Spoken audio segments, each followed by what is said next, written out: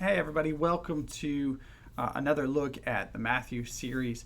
We are going to be taking a deep dive into a couple of things that didn't make it into the sermon for the second passage here, walking through Matthew. So if you haven't looked at that second sermon, I suggest that you go take a look at that, sermon number 2 in the series, and it talks through Matthew chapter 1 verses 18 through 2 verses 12, and it talks about how Jesus' virgin birth and what that means for us today, and how we prioritize our worship for Him. So, encourage you to check that out. One of the reasons I wanted to make a separate video is because there are several prophecies within this passage. There's 2 prophecies within this passage, and then there's another prophecy shortly after that shows up in verse 15 of chapter 2.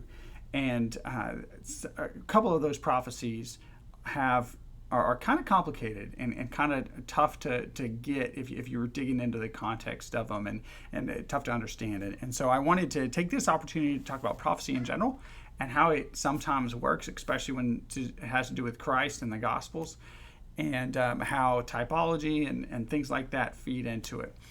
You know, when I was growing up, I heard quite a few sermons in church about all the prophecies that were fulfilled in Christ. And I heard statistics on them, how many of them there were. And it really helped my faith, knowing that this had been predicted. Not only did it happen, but it was predicted that it would happen, and then it happened.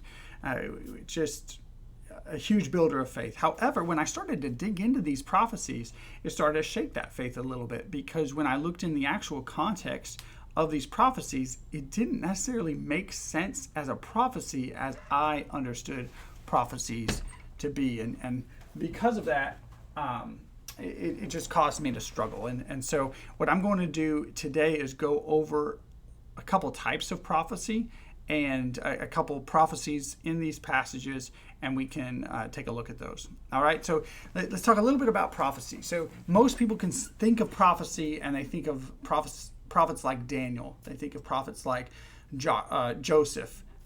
You think of Joseph, and he prophesied, there would be 7 years of plenty and then 7 years of famine, and boom, that's what happened.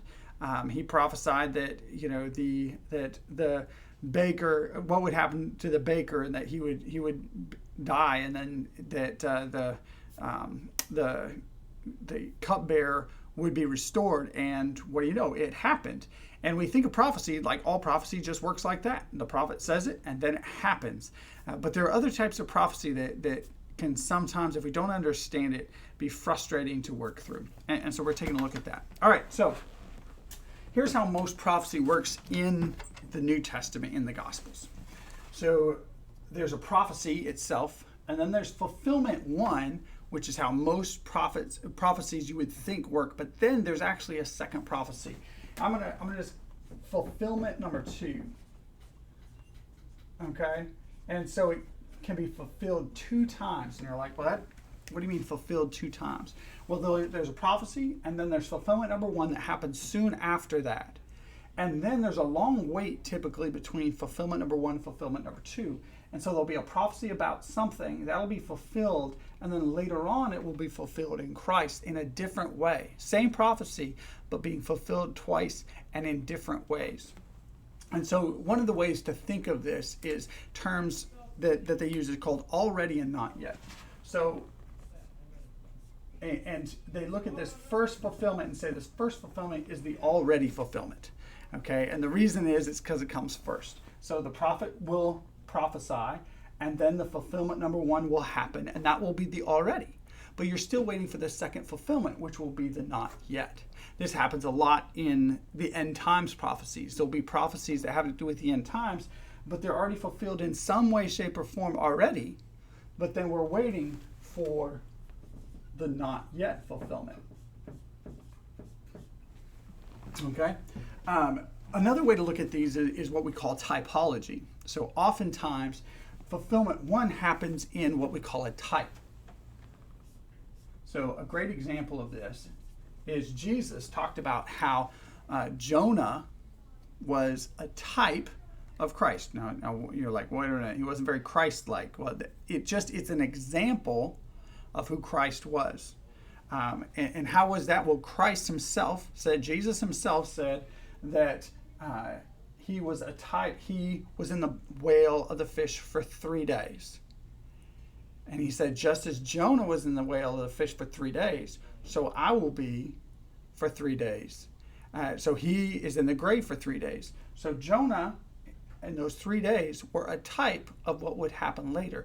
God is creating a pattern of how he works, and he is creating a prophecy, a type, that would then prophesy what we call the archetype, which also means the original.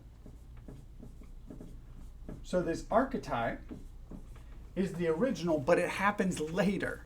Okay, so it's kind of confusing. The type happens, the imperfect type happens, and then later the original happens, the true fulfillment in Jesus. So how this prophecy works, there's a prophecy, there's a fulfillment one, or an already, or a type, and then there's a fulfillment two, or a not yet, or an archetype. So let's take a look at some of these passages and see how this works. The first one that we come to is in Matthew 1, and it's in verses 22 and 23. Here's what it says. It says in verse 22, now all this took place to fulfill what was spoken by the Lord through the prophet. See, the virgin will become pregnant and give birth to a son, and they will name him Emmanuel. And you're like, well, clearly this was a direct prophecy that has to do with Jesus. However, when we actually go back and we look at the original prophecy, we can get a little bit confused. See, the original prophecy was in Isaiah. Okay, it was in Isaiah chapter 7. And in this context, we have a King Ahaz. King Ahaz is king of the southern kingdom, or the kingdom of Judah. And Israel had split into two kingdoms at that point. The northern kingdom, kingdom of Israel, had its own king. And the kingdom of Judah was worried because the kingdom of the north of Israel had teamed up with the king of Aram, and those two kings were going to come down and destroy Judah. And so Judah was the kingdom of Judah, the King Ahaz of Judah, was very worried about it. And so the prophet Isaiah shows up and says, you don't have to worry about it.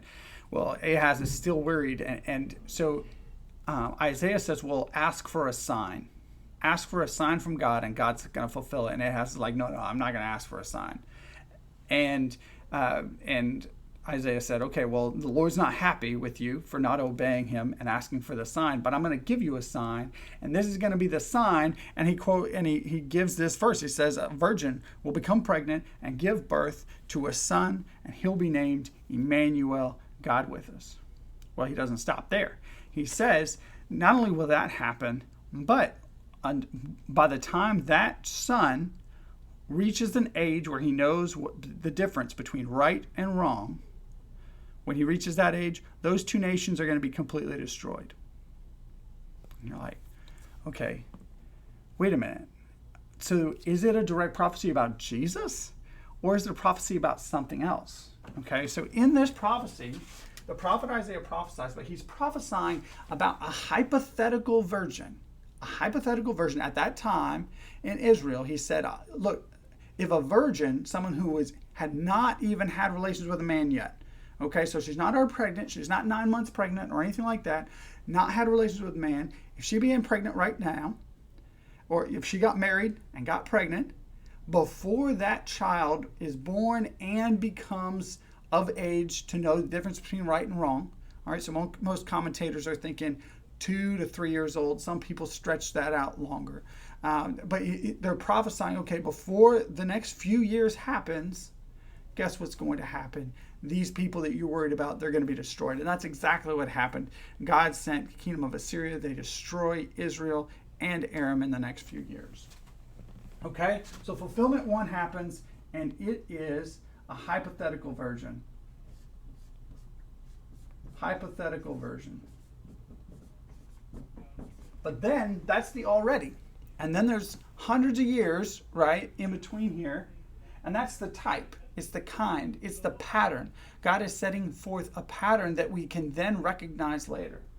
And then when we sit here in fulfillment number 2, there's Jesus. There's Mary, is this virgin who bears a son who is in fact God with us. And so it's a more appropriate, in fact, fulfillment of the prophecy itself. The original prophecy almost makes less sense than the final prophecy in Jesus when it's all said and done. All right, so that's how that works in that passage. Now, we run into a different type of prophecy a little bit later in chapter 2. We look at verses 5 and 6 of chapter 2, and it talks about, and this is a prophecy from Micah, and it quotes it. It says, so they're looking for where Jesus will be born. They look at the scribes. The scribe says it's Bethlehem, and then they quote Micah. It says, and you, Bethlehem, in the land of Judah, are by no means least among the rulers of Judah, because out of you will become a ruler who will shepherd my people Israel. And when you dig into this passage, this passage of Micah 2, when you dig into it, guess what? This is a direct prophecy. There's no type or archetype. It goes right into fulfillment. Number 2, it's very clear. The whole context is about the Messiah, the coming Messiah that's going to come. It's going to happen in Bethlehem. And that's why when they go to Herod, and when the wise men go to Herod and they say, where is this king going to be born? The scribes are able to know exactly because of the direct prophecy. All right, but I'm going to talk about one more prophecy, and it's further down in chapter 2. It's verse 15 in chapter 2. And it says, he stayed there, Jesus and his family stayed in Egypt, and they stayed there until Herod's death, so that what was spoken by the Lord through the prophet might be fulfilled. Out of Egypt I called my son. Okay, so where's he quoting? He's quoting in Hosea. All right, so hold on. Let me put Micah and Bethlehem. Right? But down here we have Hosea. Hosea 11, chapter 11 is where we get this. And it is recounting everything that God has done with Israel. And it is going through the whole history of Israel, and it's talking about how when Israel was in captivity in Egypt, God said, well, out of Egypt I called my son. I called my children out of captivity in Egypt. Well, how does that relate to Jesus? If you look at the context, there is nothing that would make this connection. The only reason we know there's a connection here is because Matthew puts it there, and clearly he was taught by Jesus about this connection. You see, when God does this, he gives types, right? And this type was Exodus. In Exodus, that was the first fulfillment that God called, it was the type. All of Israel gave an example of how God works and how he redeems, and a pattern. And as we see this type or pattern of Israelites coming out of Egypt, coming out of Exodus, we're then able to see the fulfillment, and we're saying, oh, this is God. We can recognize God's handiwork here. And so when Jesus comes out of Egypt, we're able to see, you know what, God has a pattern, and he's been preparing. Not only has he been preparing in the big things with these direct prophecies, but he's been preparing in the small things, in the things that are just creating a pattern of how God works. All right, so I hope this is helpful to you. I hope it's helpful as far as how prophecies work, and an encouragement to you as you continue to dig in the Word. This is going to be the only kind of little supplemental video for this week. But there'll be a couple next week as we dig into the third chapter in this series.